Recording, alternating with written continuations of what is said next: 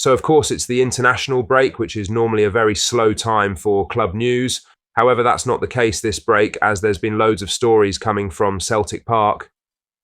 In today's video, we will discuss these, whilst also going over the interesting Chris Sutton Celtic admission. There is so much to cover in today's video. But first, make sure you drop a like on this video and subscribe to the channel for more Celtic content.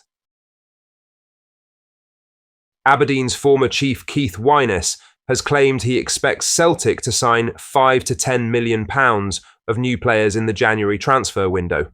Speaking on the new edition of Football Insider's Inside Track podcast, the 66-year-old, who served as CEO at Aberdeen between 2000 and 2004, backed the Hoops board to open the wallet and give Brendan Rodgers the opportunity to progress in the Champions League.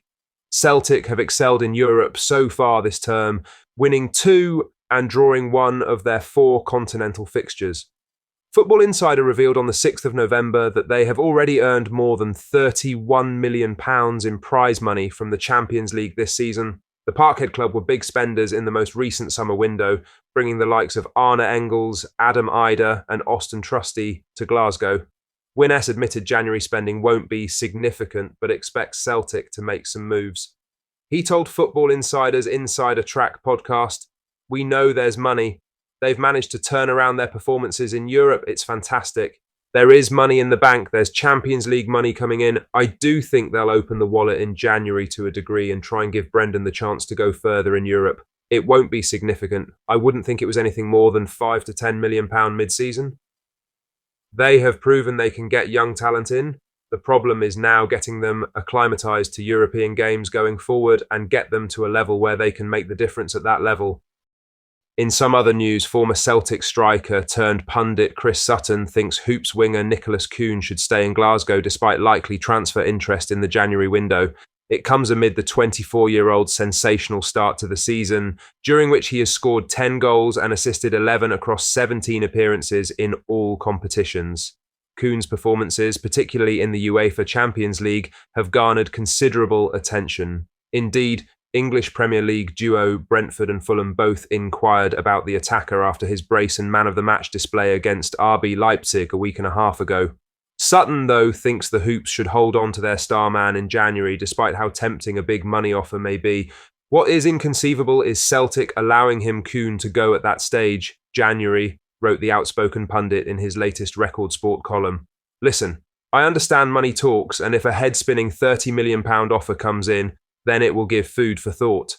But Celtic are in a strong position and under no pressure to sell. Money is already pouring in from all angles.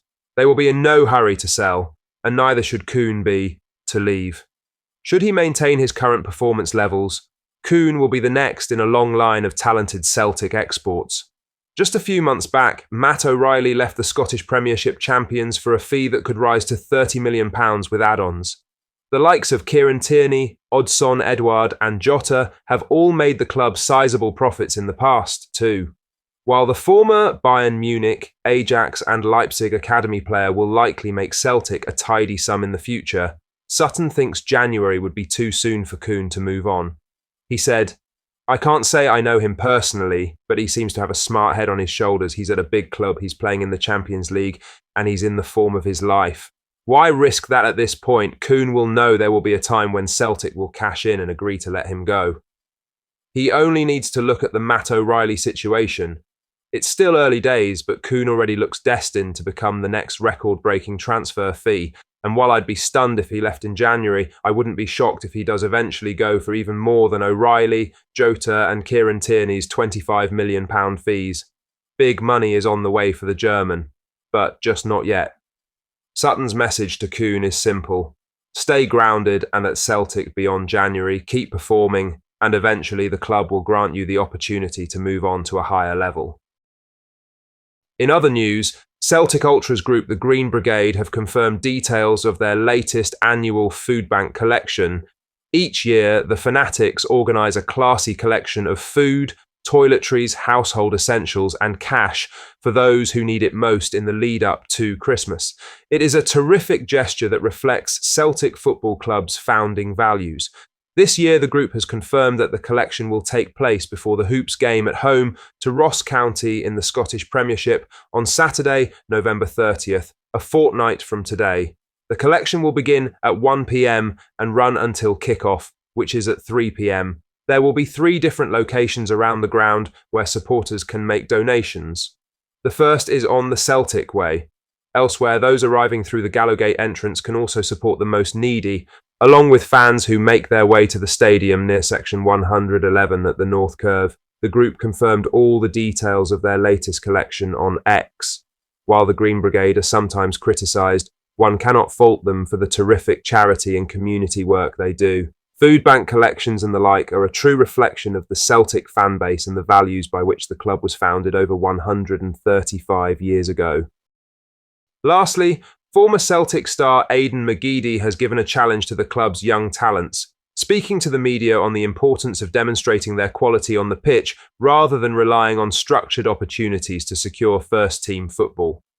McGeady, who rose through Celtic's academy during an era of intense competition under Martin O'Neill, highlighted the challenges he faced as a young player trying to earn a spot in one of the strongest Celtic squads in recent memory. He drew comparisons to today's game, questioning why other nations are able to consistently produce top-level talent, while Scotland appears to lag behind. No manager is ever just going to get rid of 3 or 4 players and almost set a team up to give young players a chance. That's not how it works. A manager is looking after his job. He wants the best players on the park, so you have to prove that you're good. People say to me, "How did you have such a long career?" Well, why? Because I proved I was better than the guys that were ahead of me. That's the way football is. Football is dog eat dog. It's a ruthless environment. Young players coming through nowadays, they keep talking about the pathway, and that's fine. But how come other teams and other countries can have a conveyor belt churning out talent year after year after year? What are we doing wrong here? It can't just be in the water, is it? It's clearly in the fundamentals that they're being taught from a young age, filtering up the chain. Whereas here, it's quite an easy throwaway comment, that one, that there's more foreigners now, there's more money. Well, there's not more money. When I played for Celtic, I came through probably one of the hardest Celtic teams to break into. McGeady's comments come as a pointed reminder amidst ongoing concerns about youth development in Scottish football as a whole, not just at Celtic. In recent years, the club have watched young talents head elsewhere, struggling to keep them with the club. You see it when it comes to the national side especially. The players are ageing, and apart from Ben Doak breaking through, there isn't much hope.